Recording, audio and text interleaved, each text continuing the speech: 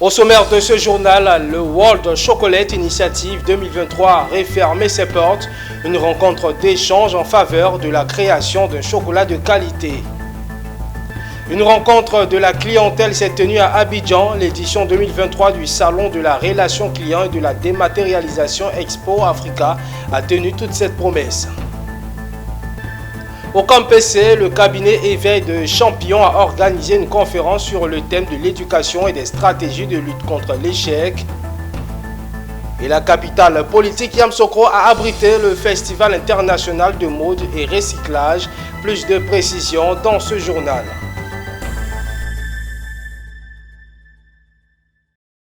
Vous êtes sur la chaîne Utile et c'est l'heure du journal. Bienvenue à tous. Le World Chocolate Initiative 2023, un workshop de 3 jours a refermé ses portes ce samedi. Durant 3 jours, des experts ivoiriens, ghanéens ont échangé et présenté les résultats de leurs travaux pour la création d'un chocolat de qualité, nous dit Philippe Zabo. La table ronde semblait être une réunion de crise. Et pourtant, ce conclave avait lieu pour la création d'un chocolat de goût nouveau. Autour de la table, Ivoiriens et Ghanéens, accompagnés d'experts du CNRA, de Albertus Esques, expert en cacao, et de Christine Had, chocolatière. Tout ce beau monde réuni pour expliquer ce que c'est que le cacao fin, la fermentation anima, comment avoir un chocolat de qualité ou chocolat fin. Quelles que soient les variétés de cacao, l'anima propose un bon produit. S'il n'y a pas de saveur ni d'arôme dans la variété, le cacao anima donne toujours le caramel et donne toujours le noix. Ce sont les deux caractéristiques du cacao plus ancien du monde, qui s'appelle Criollo. Avec les travaux qu'on a eu à effectuer avec le docteur Esques, ça nous a permis d'étudier, n'est-ce pas, plusieurs variétés Mercedes, et on s'est rendu compte que toutes avaient des qualités sensorielles très remarquables. Cela veut dire donc que nos variétés ont ces qualités, mais c'est la méthode de fermentation qui ne permettait pas de pouvoir mettre en exergue ces qualités-là. We are here. La seconde idée de cet événement, c'était de mettre en place tous les acteurs de la chaîne de valeur du cacao, en tout cas ici en Côte d'Ivoire. Donc on a vu le CCC, le Conseil Cacao Café, le CNRA, le ministère du Tourisme et la Chambre du Commerce via son département des petites et moyennes entreprises. Donc mettre tous ces gens autour de la table pour mettre en place un processus de certification qui va garantir la traçabilité, qui va garantir le juste prix pour les producteurs et qui va surtout garantir une qualité. La table ronde autour de la création d'un chocolat de qualité supérieure, initiée par World Chocolate Initiative, a vu la participation du DG du CNRA. Ce dernier a trouvé ce genre de rencontre idoine, surtout pour la recherche. Les nouvelles opportunités qui nous sont offertes, c'est par rapport à cette niche de cacao de qualité, de cacao de finesse. Cette niche-là, nous continuons nos recherches, non seulement pour orienter les nouvelles variétés vers ça, mais aussi les méthodes de transformation dont on a parlé aujourd'hui, comment améliorer ces processus-là, et surtout, parce que si on veut faire de ça quelque chose qui soit national, c'est comment faire en sorte que ça quitte les labos, que ça quitte la main des spécialistes, pour que ce soit pratiqué par tout le monde. Et que n'importe quel petit cacao-culteur puisse se dire, bon, moi je rentre dans la qualité, je vais suivre les normes et je vais faire ma qualité à moi, avec mon savoir-faire. Le processus de création d'un chocolat de qualité supérieure et certifié peut durer. Il passe d'abord par la certification du cacao lui-même avant la certification du chocolat. La 7e édition du Salon de la relation client et de la dématérialisation Expo Africa édition 2023 s'est tenue ce vendredi à Abidjan. Cette rencontre de la clientèle articulée autour du thème expérience client augmentée, optimisation et personnalisation, les nouveaux enjeux pour les entreprises, a été l'occasion pour les organisateurs de présenter le résultat des enquêtes réalisées sur les taux de satisfaction client en 2023. Le point avec Pierre Tebeu et Richard Akiki. Le taux de satisfaction client reste la préoccupation des organisateurs du Salon de la relation client et de la dématérialisation. Chaque année, ce salon présente les tendances sur une enquête de satisfaction de la relation client dans l'optique d'améliorer les services dans différents domaines d'activité. Les résultats des enquêtes réalisées du 28 septembre au 8 octobre 2023 présentent une tendance mitigée dans la relation client par rapport à l'année dernière. La commissaire générale de l'événement a présenté le bilan des entreprises choisies en fonction d'une enquête menée sur la qualité de leurs services. Pour l'année dernière, on avait 64,5% de taux d'insatisfaction. Et pour cette année, nous sommes à 63,8% de taux d'insatisfaction. Donc il y a une légère amélioration, mais beaucoup d'efforts restent à faire. On espère que l'année prochaine, on aura peut-être un pourcentage plus élevé de 2 à 3%. Dans les secteurs dans lesquels il y a le plus de satisfaction, il y a le secteur de la pharmacie, il y a également le secteur de l'hôtellerie, on a le secteur des services bancaires et dans les secteurs où il y a le moins de satisfaction, donc bien évidemment on a les transports en commun. L'enquête précise les domaines de satisfaction et propose des solutions qui pourraient amener des satisfactions. L'expérience client augmentée, optimisation et personnalisation, les nouveaux enjeux pour les entreprises étaient le thème principal qui a été débattu par le directeur général adjoint de la LONASI qui a partagé son expérience. Que voulons-nous? Un client ou un partenaire? Si on veut un client, on vend une fois et on ne se soucie plus de la suite. Mais quand on veut un partenaire, on vend et on se soucie de la suite. On vend en ce que le client reste, qu'il continue d'acheter chez nous, mais aussi qu'il nous recommande. C'est en cela que la note, comme on appelle ça, ce qu'on appelle donc le NPS, donc la note promoteur score, NPS pour ceux qui sont donc du marketing, ils savent comment on calcule cela, ils savent ce que ça signifie. Toutes les entreprises doivent pouvoir faire cela. C'est un indicateur pertinent aujourd'hui. Au lancement de ce salon, plusieurs entreprises ont reçu des récompenses pour leur qualité de service améliorée. Le salon s'est poursuivi toute la journée du 3 novembre avec des rencontres, des débats et même des visites de stands. Et parlons à présent du 10e atelier régional du CIA Impact qui a refermé ses portes après 4 jours d'activité à Abidjan. Une clôture sur fond de bilan de 10 ans de projet et de plaidoyer pour sa reconduction. Issa Badini et Ezekiel Siri pour le compte rendu de la cérémonie de clôture. 10e atelier régional du Centre d'excellence de l'enseignement supérieur pour l'impact sur le développement s'est terminé. Tout comme à l'ouverture, ici même dans cette salle en terre ivoirienne, c'est en rang serré que les délégations des 54 centres des 11 pays membres, avec leurs partenaires de la Banque mondiale et de l'Agence française de développement, ont mené les dernières tractations. 4 jours de panels, de communication et d'exposés qui s'achèvent avec le sentiment que le jeu en valait la chandelle.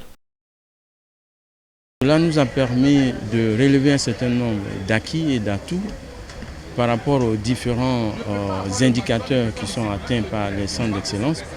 Je pense que c'est un projet intéressant et d'avenir pour rehausser le niveau de la formation de l'enseignement supérieur dans les différents pays qui participent à ce programme. Ce qu'il faut retenir également, c'est que nous sommes au 2e CEA Impact et il y a une certaine maturité au sein des différents centres. Le CEA Impact, c'est un projet de 4 ans qui s'est renouvelé une fois, mais pour Dr Alabi, il ne doit jamais avoir 203, surtout pour les cas du CEA Impact. Les étapes initiale était de consolider l'enseignement adressé spécifiquement à une élite et de la professionnaliser et de rendre cette formation excellente. Président et de la cérémonie d'ouverture et celle de clôture pour le compte du ministère de l'Enseignement supérieur et de la Recherche scientifique, le professeur Arsène Kobeya, quant à lui, espère que le projet tiendra toutes ses promesses pour le bonheur de l'enseignement supérieur en Afrique à l'effet d'une croissance significative du capital humain. Il faut que la formation puisse aider à l'employabilité, à l'insertion professionnelle des apprenants. Et à travers ces centres d'excellence africains, eh bien, le travail qui est accompli va justement dans ce sens. Et c'est là ce point de satisfaction. Le CEA Impact a encore du pain sur la planche mais a cependant tous les mérites d'avoir osé. Rendez-vous dans 6 mois pour un autre atelier dans un autre pays membre. Récemment, le cabinet Éveil de Champions a organisé une conférence sur le thème de l'éducation et des stratégies de lutte contre l'échec ainsi que le décrochage scolaire pour une insertion socio-professionnelle réussie. L'événement s'est tenu au Camp PC et a réuni de nombreux acteurs du domaine de l'éducation. Le compte-rendu de Diane Kablancan et de Tima Traoré. La conférence avait pour objectif de mettre en lumière les problématiques liées à l'échec et au décrochage scolaire, ainsi que de présenter des solutions et des stratégies efficaces pour y remédier. Les intervenants, composés d'experts, de chercheurs et de professionnels de l'éducation, ont partagé leurs connaissances et leurs expériences afin d'apporter des pistes de réflexion et d'action. Cette rencontre est une rencontre d'échange et de partage autour de la thématique de la lutte contre l'échec et le décrochage scolaire. Nous avons partagé des stratégies innovantes afin de pouvoir faire reculer ce défi que nous rencontrons là. L'objectif était de pouvoir outiller les parents d'élèves, les apprenants, les chefs d'établissement qui étaient présents, non seulement de pouvoir comprendre la nécessité de lutter contre l'échec et le décrochage scolaire, mais également de pouvoir mettre en pratique ces outils. Lors de cette conférence, plusieurs thématiques ont été abordées. Tout d'abord, les causes de l'échec et du décrochage scolaire ont été analysées. Les intervenants ont souligné l'importance de prendre en compte les facteurs individuels, familiaux et sociaux qui peuvent influencer la réussite scolaire. Ils ont également mis en évidence l'impact des méthodes pédagogiques et des politiques éducatives sur la motivation et l'engagement des élèves. Il est bon de savoir que grâce à l'intelligence artificielle, un enfant qui n'a pas pu suivre, un enfant est un étudiant, toujours dans le cadre de l'apprentissage, qui n'a pas pu suivre aisément en classe parce qu'il peut y avoir des cas de force majeure, comme on l'a dit, ou encore parce qu'il n'a pas le même rythme de mémorisation, d'apprentissage que les autres. Il peut s'auto-attribuer en répétiteur de maison qu'il va appeler intelligence artificielle pour se remettre à niveau en vue de chaque fois préserver son année. La conférence sur les stratégies de lutte contre l'échec et le décrochage scolaire pour une insertion socio-professionnelle réussie, organisée par le cabinet Éveil le Champignon, a été un succès. Elle a permis de sensibiliser les acteurs de l'éducation à ces problématiques et de leur fournir des outils concrets pour agir. Cette conférence constitue une étape importante dans la lutte contre l'échec et le décrochage scolaire et contribue à la construction d'un système éducatif plus inclusif et équitable. Et parlons distinction, le docteur Chidimi Yao Raphaël est arrivé à Abidjan ce jeudi en provenance de l'Afrique du Sud. Dans ses bagages, le prix du meilleur promoteur africain pour le secteur tradimoderne. Un prix obtenu au Rwanda lors du PADEV Kingali 2023. Nos reporters Philippe Zabo étaient à l'aéroport Félix Houphouët-Boigny pour l'accueillir, à voir ses premières impressions et son agenda. Il s'appelle Yao Raphaël Kidime et est diabétologue. Il a reçu le prix du meilleur promoteur africain du secteur de la médecine tradimoderne, et cela dans la catégorie prix africain du mérite et de l'excellence. C'était lors du PADEV, c'est-à-dire le prix africain de développement 2023 qui s'est déroulé à Kigali du 25 au 28 octobre dernier. Il nous dit comment il l'a obtenu. Mais un prix qui est exceptionnel. Comment c'est exceptionnel? On dit prix africain du mérite et de l'excellence. Meilleur promoteur africain du secteur de la médecine tradimoderne. Ce n'est plus traditionnel, tradimodernisé. PADEV a contrôlé, étudié, a vu que nous méritons ce prix. Parce que nous avons soigné des vingtaines de personnes et ils ont vu. En quelque sorte, c'est le prix de l'Afrique. Le prix de la révolution verte. Ce n'est plus seulement la révolution des gouvernements qui compte maintenant. Nous devons faire cette révolution verte. Sans cette révolution verte, nous n'avons pas le panafricanisme dans nos champs. Comment on peut comprendre que dans ce continent, il n'y a pas de production de médicaments ici et nous sommes consommateurs de faux médicaments? Après l'avoir obtenu et passé un bref séjour en Afrique du Sud, il a décidé de faire un tour en Côte d'Ivoire, pays où il a développé sa science. Ce prix, qui consacre 30 années de recherche, il le dédie à son mentor, feu professeur Laurent Aké Assi. Il est temps que nous réveillons. C'est la révolution verte. C'est pour ça que je remercie celui-là qui avait eu l'idée. Ici, en Côte d'Ivoire, Papa Aké Assi Laurent, ce Timina qui n'est plus parmi nous. Je suis un de ses fruits. Je suis l'un de ses étudiants. À en croire à la déclaration du docteur Raphaël Chidimé, en Afrique du Sud, au lendemain de sa consécration, il a rencontré le président du Parlement panafricain qui lui a confié la mission d'échanger avec les présidents des assemblées nationales africaines pour légiférer sur les lois instituant des pharmacies phytosanitaires sur le continent.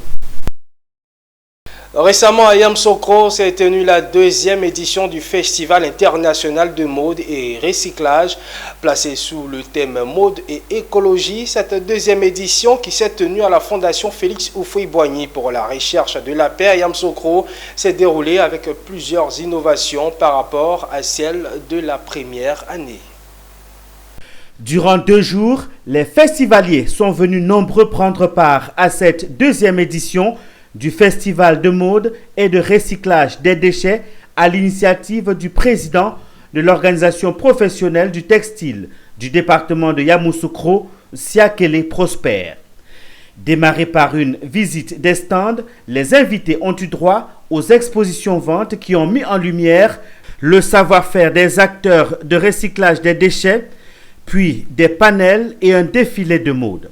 Il y a eu aussi la formation des femmes sur la gestion des déchets ménagers. Nous avons vraiment décidé de contribuer à la propriété de notre environnement et de notre nation parce que depuis un moment, nous avons vraiment pris conscience de ce que nous-mêmes, étant êtres humains, nous sommes le premier destructeur de notre environnement. Je voudrais interpeller tous les jeunes, je voudrais interpeller nos autorités, je voudrais interpeller également tous nos parents à vraiment se pencher sur ce côté-là pour que nous puissions avoir un environnement sain. Plusieurs participants, partenaires ont pris part à ce festival, dont certains venus hors de nos frontières. Oui, aujourd'hui nous sommes là pour donner une dynamique par rapport au Festival international de mode de recyclage. Vu que le recyclage ici est une thématique qui est transversale et qui nous préoccupe tous, nous sommes là pour partager nos expériences et communiquer autour de la problématique. Nous créons des cadres agréables pour notre communauté. Nous voulons un cadre de vie sain pour notre communauté.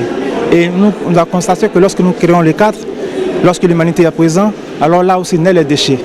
Donc nous sommes en train de chercher une solution. Comment faire pour éradiquer ces déchets de la zone que nous créons. Ce festival, à sa 2e édition, est une initiative qui a reçu l'accompagnement du ministère de la Culture et du ministère de l'Environnement. Le réseau ivoirien des droits de l'enfant et de la femme a procédé récemment à Tineboué, dans le département de Mankono, à la remise de kits scolaires à 100 jeunes filles élèves du primaire et du secondaire.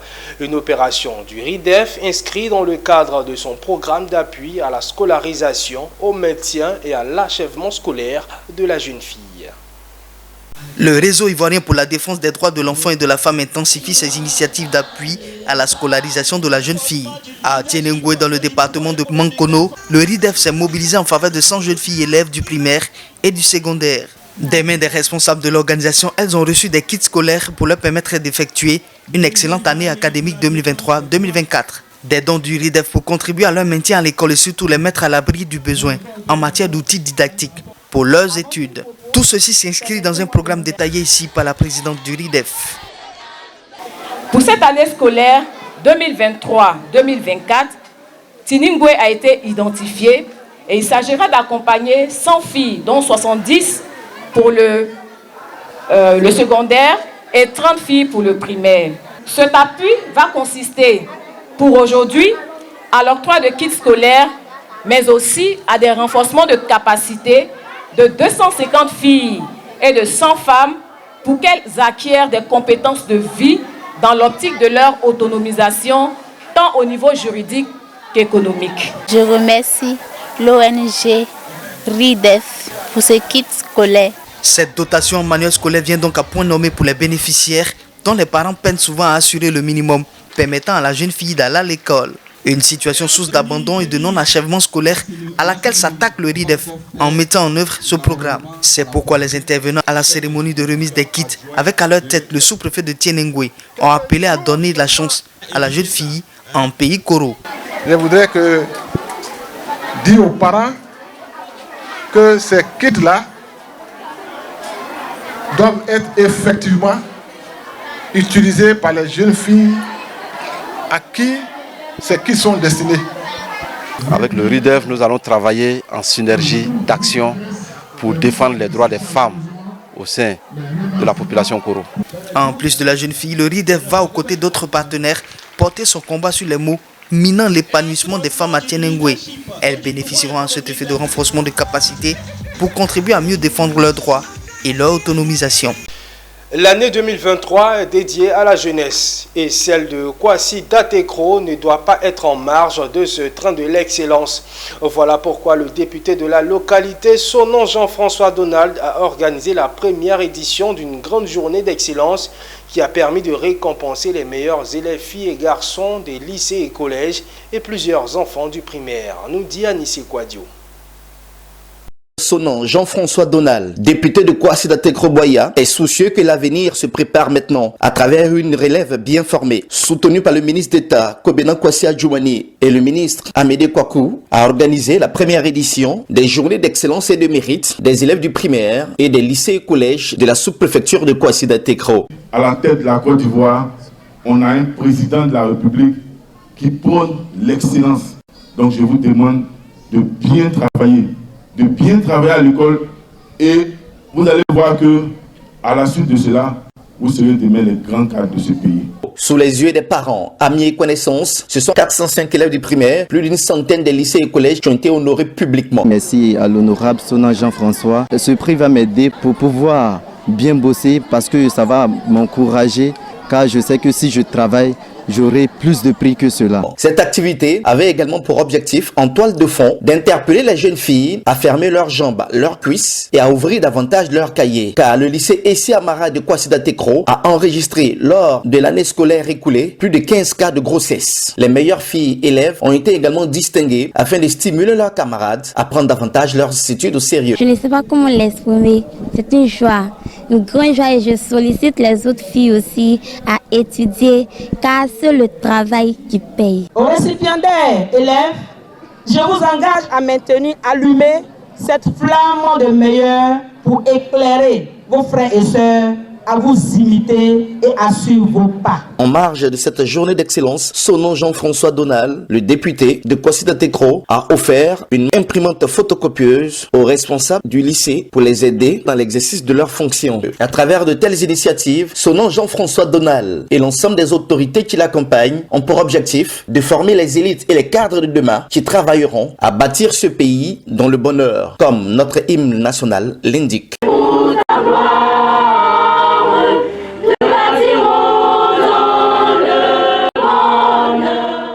Le samedi dernier, la salle des fêtes du conseil régional de San Pedro a servi de cadre pour l'investiture de Kwame Kwaku, coordonnateur de l'Union des élèves et étudiants Glo du district du Bas-Sassandra.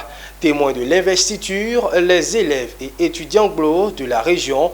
Les détails avec Abel Kwao et Juliana Konaté.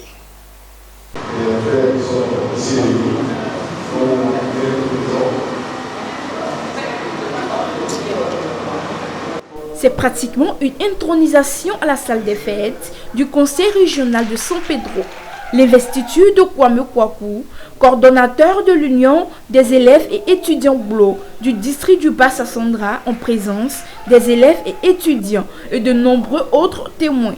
Désormais, Kwame Kwaku, dans ses attributs de coordinateur de l'Union des élèves et étudiants Glo du district du Bas-Sassandra.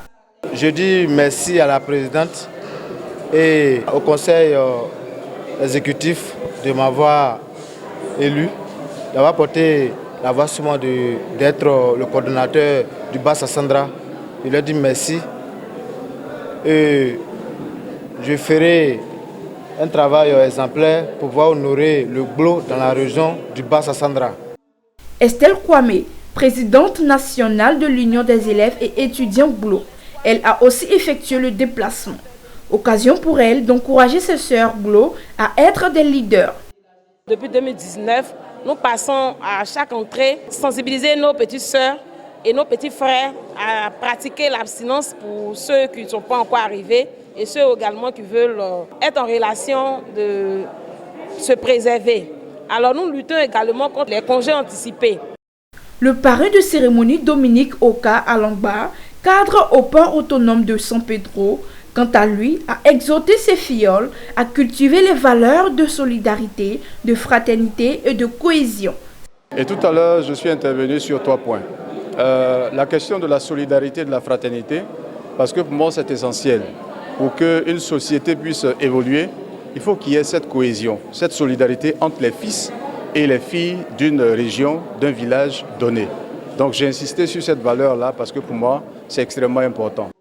Il est à noter que le peuple Glo est un sous-groupe baoulé.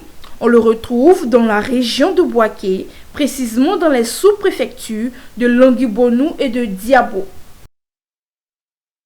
En image à présent au Sénégal, le gouvernement souhaite réduire d'au moins 40% ses importations de blé sur les 5 prochaines années. C'est ce qu'a révélé le directeur général de l'Institut national de recherche agricole récemment. L'initiative s'inscrit dans le cadre d'une stratégie de l'exécutif visant à réduire la facture dédiée aux achats de la céréale à terme. Les données compilées par l'Agence nationale de la statistique et de la démographie indiquent que les importations de blé du Sénégal ont totalisé 754 000 tonnes en 2021 pour un coût total de 149,3 milliards de francs CFA. Et en Angola, une étude commanditée par Pensana réduit avec succès l'investissement nécessaire pour développer la première mine de terre rare du pays. Le capital initial pour la mine et l'usine de traitement passe donc de 300 à 200 millions de dollars selon un communiqué de la compagnie minière britannique. Pensana veut réduire 38 000 tonnes par an de sulfate de terre rare mix, dont 4 400 tonnes de néodyme. Une fois en production, Langojo positionnerait l'Angola comme un acteur clé dans la fourniture de métaux utilisés dans les voitures électriques et les éoliennes, principalement à destination d'un marché occidental qui cherche à réduire sa dépendance vis-à-vis de la Chine. Et voilà qui marque la fin de cette édition proposée par l'ensemble de la rédaction. Continuez de suivre Business 24 Africa, la chaîne au cœur de l'information d'ici et d'ailleurs.